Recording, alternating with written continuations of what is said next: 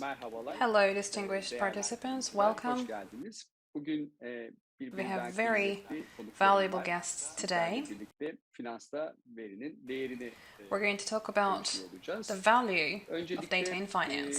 konuklarımı tanıtmak I'd istiyorum like to first müsaadenizle. introduce my guests, if you allow Mehmet me. Susaklı Bey bizlerle Mehmet birlikte. Merhabalar Susaklı Mehmet Bey.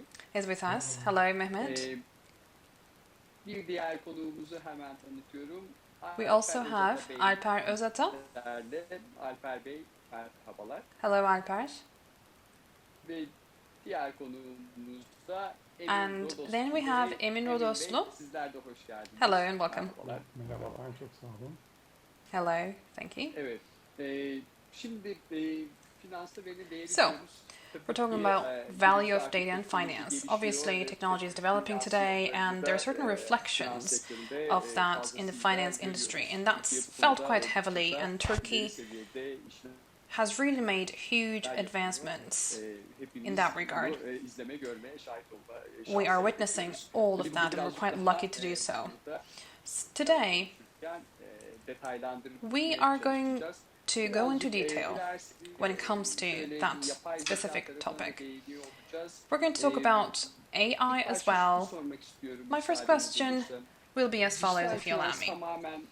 Digital finance is all about users' data, we keep saying. So people say that it replaces oil, it's like the new oil. How do you view that? Mehmet, if you are okay to do so, let's begin with you. Thank you so much, of course. This comparison, this metaphor of data and oil brings to mind the fact that oil is a very valuable commodity, but I think we should go deeper into that comparison because value on its own should not be considered adequate. You can compare it to gold, or maybe in the future it will be compared to water. But as we know, oil is extracted from nature in a raw state and it has to be processed. And in that regard, I feel that it's quite comparable to data because oil goes through a huge level of processing. And you have so many different outputs. And of course, these outputs vary in value. You might have very low value outputs, but you can also come up with highly valuable outputs. But at the same time, in order to have raw oil turn into a valuable asset, you need to have certain other things, like you need to have technology, you need to have the right equipment, you need to have experience and know-how. And maybe when you consider our own country or, for example, other countries, you need to have a certain level of security. You need to have data governance. Therefore, I believe that we should compare data to oil with those in mind. So, for example, when you think of oil-producing countries, a lot of them can tap into that potential, but there are countries that cannot really exploit that resource well enough. So, having an oil as a resource is not sufficient on its own. When we adapt that concept into data, having access to data, just owning data, does not work on its own. You need to have the technological equipment to process that data, and maybe we can touch upon that today, but in the background you need also something else. A lot of us focus on the technology, but at the same time, you also have to have an awareness about governance, and that's as important as the technology itself, because I think that's going to be one of the biggest challenges that are ahead of us in the upcoming years. So we have data protection laws in Turkey, and of course there's GDPR across the globe. We started that at the same time. Although these issues are considered insignificant, I think they will pose huge challenges to us, especially when we think of the finance industry and the banking industry, they are very highly inspected. There are also certain limiting factors there, like for example, there is a certain limitation that we face when it comes to exploiting the full potential of cloud. So these are our challenges, actually. Teşekkür ediyorum. Thank Emin you. Bey, Emin, sizin tarafta nasıl değerlendiriyorsunuz? how do things look like on your end? Çok teşekkürler. Thank you so much. Bütün görüşlerin I imza atarım. Tamamen aynı. completely agree with what Mehmet Farklı bir says. pencereden de bakacak And olursak, when we look at it from a different petrolün perspective, daha değerli bir we're talking about ülke haline something, doğru geliyor. a commodity that is becoming even more valuable than oil, because oil is in the monopoly of just certain countries, certain regions in the world, and it is decreasing in importance. We're heading into a different direction, but when it comes to data, you can collect it from so many different media and you can process it. That's why a lot of companies have access to these data. Gradually, the quality, the depth, and the number of data, all of that increase, and it can turn into even highly valuable investment tool in the future. When you consider the banking industry, for example, during the coronavirus pandemic and in the upcoming period following the pandemic, we have data fed from the data pools, and that volume is increasing hugely. So, for example, the transaction volume in mobile banking is so much, and 60% of all transactions are carried out on mobile platforms. And digital media are used on a 70% level, and our transaction volumes have increased a lot as well. And we're going to see an upward trend in the days and years to come. And on top of transactional data, we have so many different types of data. Like you all know, we have IVI or call center dialogues by customers, and these are unstructured data. And then there are movements that the users have on mobile channels. These are logged in, and then there are chat box, and there are correspondences that they have on social media platforms.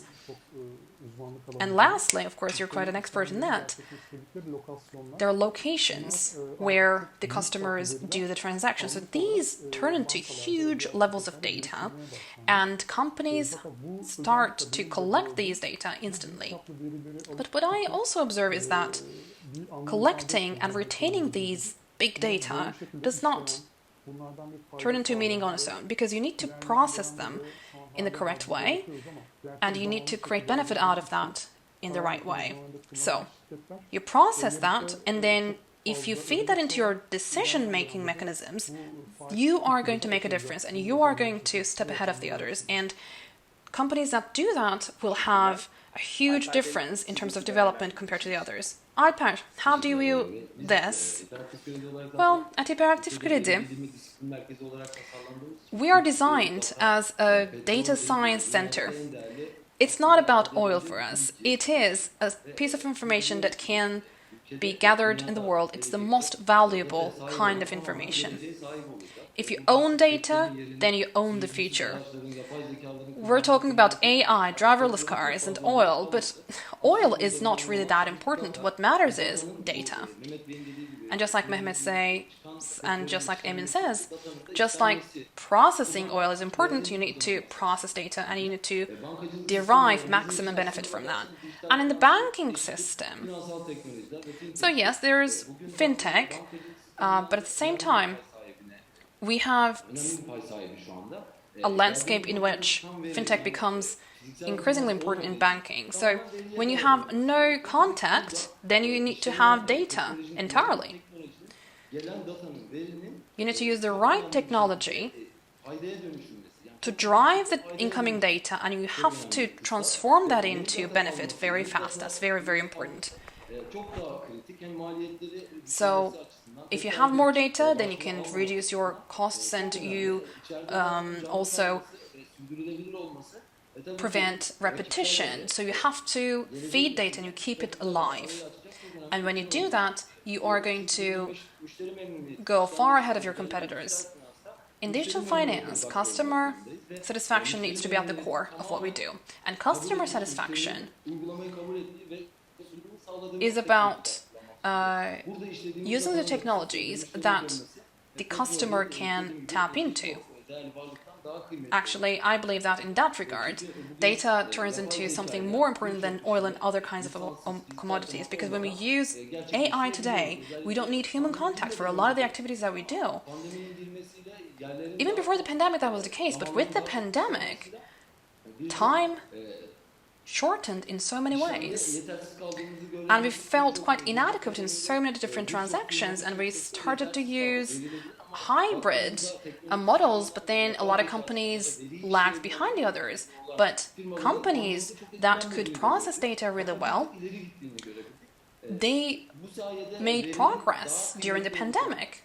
They did not lag behind. So data will be available, and when you derive these data, turn that into a value, that will benefit the customer, and that will be very valuable for the ecosystem at large. Thank you so much. Well, really, the pandemic impacted our lives significantly, but also it has a positive dimension to it as well, because it's contributed a lot to technology and digitalization. I'd like to move on to a second question. So, what are the most important relevance of AI in data services? I'd like to just open a different bracket here. I come from location technologies, and I'd like to just bring in that, if you allow me. So, in the finance and banking industries, we have customers that spend time in certain locations that becomes valuable. So where do customers go for lunch? Where do customers go for shopping? Where do they go on holiday? And so what countries do I prefer if I want to travel abroad? I guess starting from location, we can segment we can put our customers in different segments, and we can take it from there. So again, I'd like to begin with Mehmet. How do you view that particular development? Your mic is off. Sorry. Well, AI is a very vast concept. AI technologies and algorithms are set up, but you need to use them, and at the same time, you need to enrich them with use cases. Then you can use data as a resource, and these algorithms should be fed with the input from data. So you have source data. Of course, you just mentioned one of those sources, location information. Location information might not be looking like very convenient for financing, but actually, when you think of the intensity, the density of the networks and the branches of the banking industry, location technologies are used for ATM locations. But we have certain targets. We have scorecard product targets for the branches. And there are certain enterprises around a certain branch. And of course, there are public offices as well, agencies. They're all in a certain distance to the specific branch. And they're also, what we do is we have information about those offices, and we have their size and other types of information that are fed into our system. Based on the richness, so to speak, of a certain location, we have targets that are adjusted to it. So that was really beneficial. We have also other kinds of developments. I'd like to share with you a news piece. We see the examples in shopping malls quite a lot, but we don't really have tendency to see that in a public agency. So there was a navigation system that was set up in a public hospital, and that was quite a big happiness to see that. I think it was from Erzurum. Of course, seeing that these technologies are becoming a part of our lives, that's something that makes us happy. But going back to AI and banking, security and suspect transactions come into the fore, and there is credit scoring.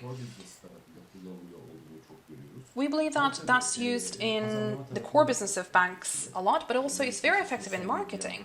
So, for example, social media can be used as data input. We get to know our customers with that. That's about the 360-degree perspective of knowing the customer. And when you do that, you have to turn that into action. Upsell and cross-sells come into the fore, and then we reduce our risks because we want to identify risky customers.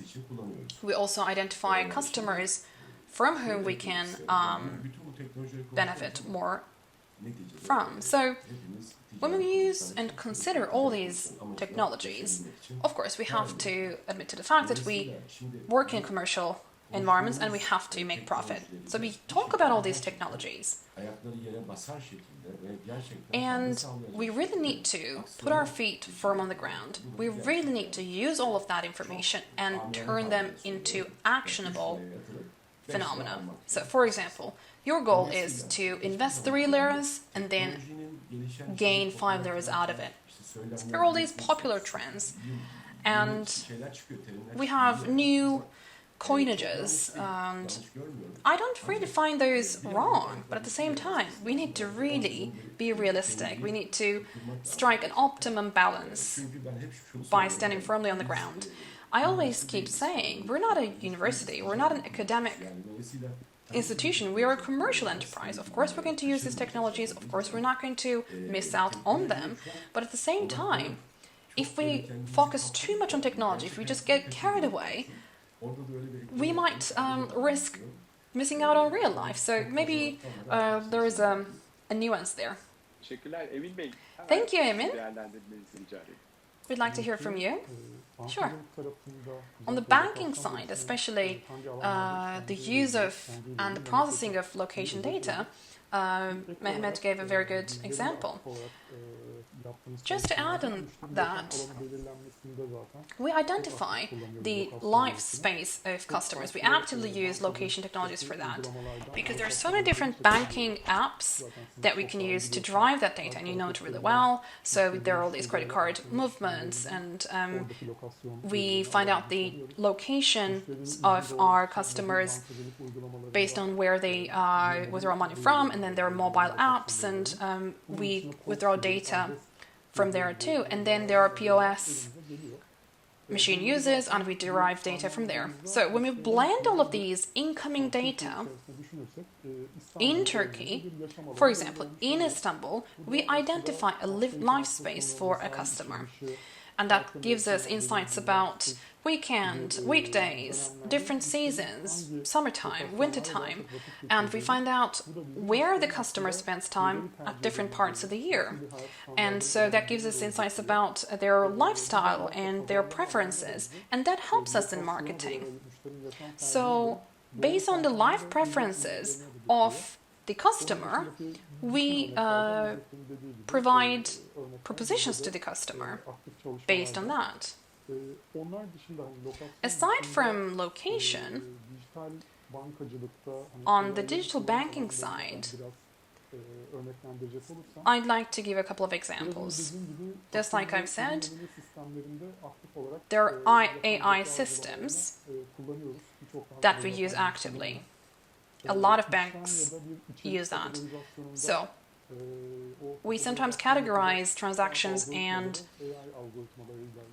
we use AI algorithms for those. Like for instance, there are certain tweets that our customers send, and they come up with certain propositions.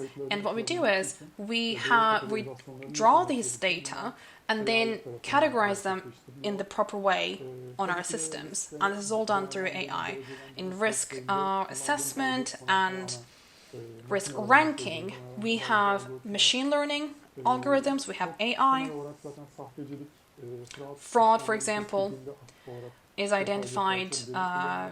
by Son AI dönemde de gitgide quite yaygınlaşan on a dominant level. kişisel finans yönetiminde And recently, okulda in the yatırım management tavsiyeleri of personal oluşturulmasında da finance, AI destekli we algoritmalar have çok AI-supported aktif olarak kullanılıyor. mechanisms Şu anda çok to pratik come up olmadan, with bu certain şekilde prepositions. üretken kullanım So alanları. these are the various areas of use that we have. Bey, Alper And Bey, hemen size dönüyoruz. thank you, Emin. Alper, the floor is yours. We're living in the digital age, so I guess our age is dominated by AI. AI has already entered so many markets, but on the finance side, it's there, and we have the healthcare industry, and then we have manufacturing industries, and you see, for example, industrial robots, and then you have cobots.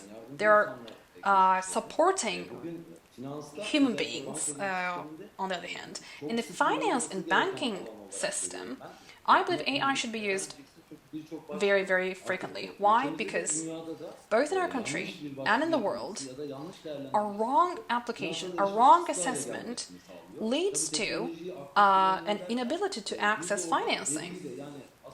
So what you have to do is that you see an environment in which a data is negatively assessed by technology. Like, for example, an example from a loan request.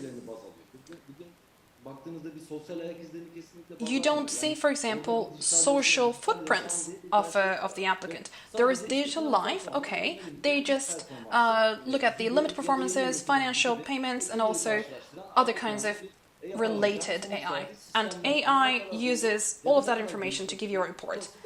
But it is quite a bit of a question mark, really. There's room for improvement there. I believe that it's wrong to assess a customer by just looking at 3 or 4 types of data. I believe that people look into also just the amount of likes people gather, and also we need to diversify the ways in which we gather data from people. We have to lay the groundwork on which people can have better access to financial instruments. When you just enter any website on the internet, Google follows all of your steps. Digital life and digital age is about what we're going to have entirely in the upcoming term. Of course, with digitalization, the world becomes smaller. If you use data correctly, if you come up with the right results, then you will have lower costs. And then you will be able to offer services all around the globe.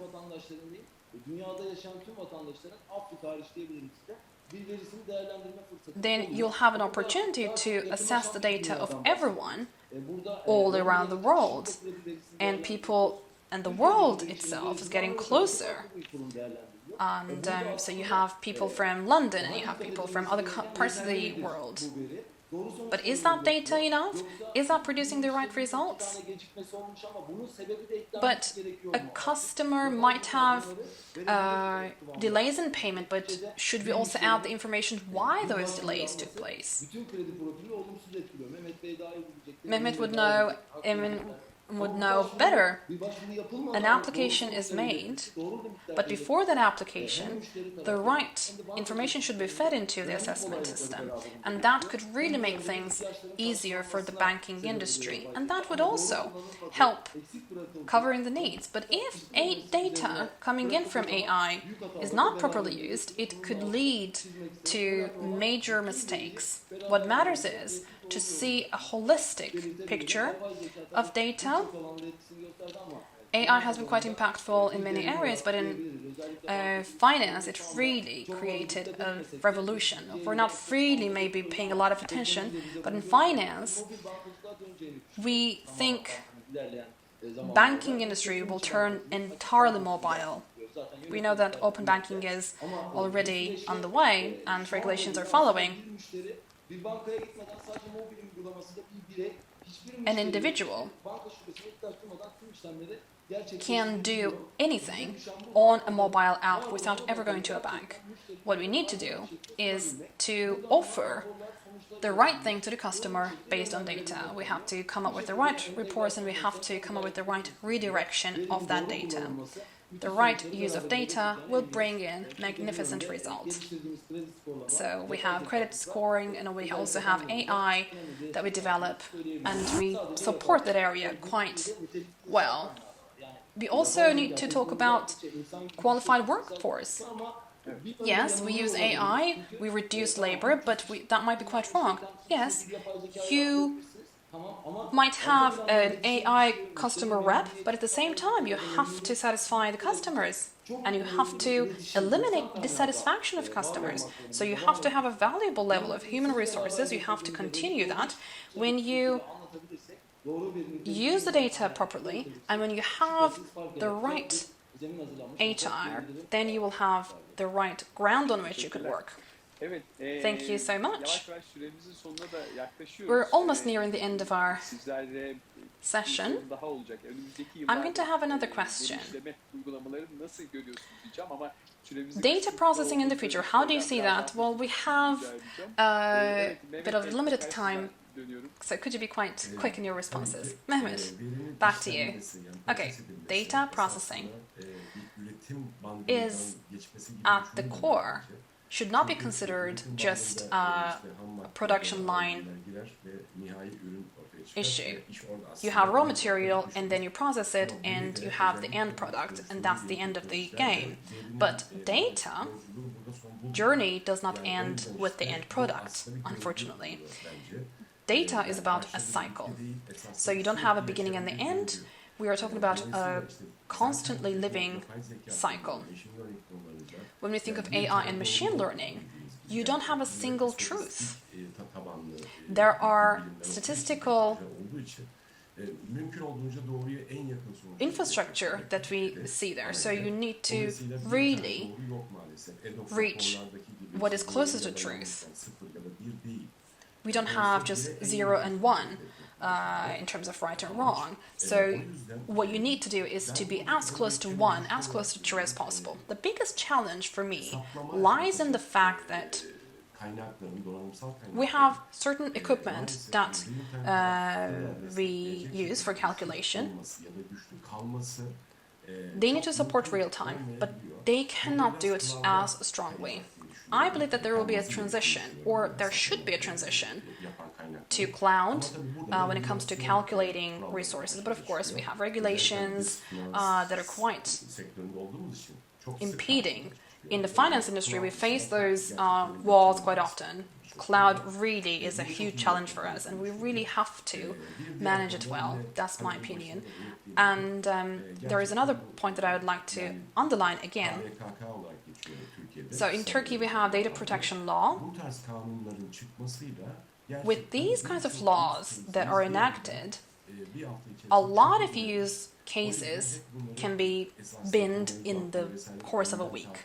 So you really have to be ahead of the game. You really have to be on the cutting edge when it comes to following the legislation. And lastly, I'd like to point out one more thing. There's so many details. There's so many engines that are used in the background. All those small engines should not be produced by us all. Let me give you an example. We worked with a company to do sentiment analysis with tweets. Well, actually, when you consider it, it goes back all the way to etymology, and it requires academic work, academic studies. We worked with a company to collect tweets. They started with a very low level of success, and then they were quite excited, and they said, well, we've reached 55% success. Well, actually, if you throw a coin, that will give you 50% chance. So we have just positive or negative, right? You should not really fail to be precautious there. So what we did was to Google Translate all the Turkish tweets, and there are obviously a lot of services that do this in English, and that can be very, very successful. Then, of course, it was quite a bad translation, but we fed those translations into an English sentiment analysis platform, and then the success level rose. So we should not really obsess about manufacturing the technology ourselves. The goal is not to reach 100% success, but reaching up to 90-95% could be very, very vital too. Teşekkür ederiz. Emin Bey, Sorry, ben I've size de taken a bit long time, but no problem. Analitik Emin, modelleme back to you. perspektifinden çok hızlıca, I'd like to talk about analytic modeling perspective. işleme tarafında, So, in terms of data processing, saklama çok maliyetliydi. data storage was very costly in the past, but with the development of big technologies, we have huge levels of data, voluminous data, that can be stored at very, very low cost. And analytically, processing this data looks different right now as well. In the past, we used certain samples of data, and then based on that model, we would explain certain data, and we had certain tools in place for that. But now we have data processing technologies that are developing. So we can do all of that. In the upcoming term, I believe that maybe we're going to do that work in a matter of minutes or even seconds. Those technologies are, I think, in the pipeline. Lastly, when we derive certain variables from these technologies, we set certain standards and we expect those standards. I believe that there are certain places where you have automatic variable productions. I believe that we're going to have tools that will readily feed us what we need. This has already started, and I believe it's going to develop further in the coming years. Lastly, I'd like to mention batch data processing. That is replaced slowly by data flowing and how flowing data is drawn instantly and processed instantly. So I think rather than using batch processing, we're going to have live feed-in, and a lot of companies will follow suit. Alper Bey. Thank you, Alper. I'd like to talk about authority. Yes, data processing applications need to develop. There are really established financial systems in certain countries, and you can really model yourselves on that. But in our country, we have data protection law. You might agree with me. We need to really calm down with data protection. We should just not really obsess ourselves about potential drawbacks. We should trust technology. Yes, data storage, all the rules in place, okay, that's fine. But data processing and producing results are the next level. In order to process data, you have all these authorities, you have also so many different organizations, and technology should be given leeway. Yes, data protection law is out there, but we need to trust it as well. Because for me, technology means trust. If there is technology, there is no limitation. Today, when we look at the landscape, do we see an initiative that turns data into a satisfactory product for us or for the customers? No. Like, for example, you have a customer that has had a heart surgery and cannot pay for the surgery because of the missteps in the credit scoring mechanism. You see, for example, users during the pandemic that receive wrong responses from the banks. And then what happens here is that data flows in a certain way, and data is collected in a certain way, but you need to also be able to instantly correct the mistakes. AI gives you speed, AI gives you alternatives and reduces costs, and that's why our customers use these technologies. Data processor and data user should be more careful. So, the incoming data should be assessed instantly, but it also should be resilient. That's what we think. A technology cannot be used on its own. It should have so many different criteria, and it should be revised, updated instantly. Data processing centers should adopt this perspective, which would contribute to the country's economy at large. Because when you reduce a certain score, you're blocking potentially a loan, and that creates impediments. Yes, data protection law should be moralized, just like in the rest of the world. Hindrances, obstacles should be removed. I believe that a lot of potential lies therein when it comes to technology. Thank you so much. We've had very valuable guests with us today, Mehmet, Emin, Alper. Thank you for joining us, and thank you for sharing with us your valuable insights. I hope that our viewers have also enjoyed that. The event carries on. Don't miss out on the other sessions. Thank you so much.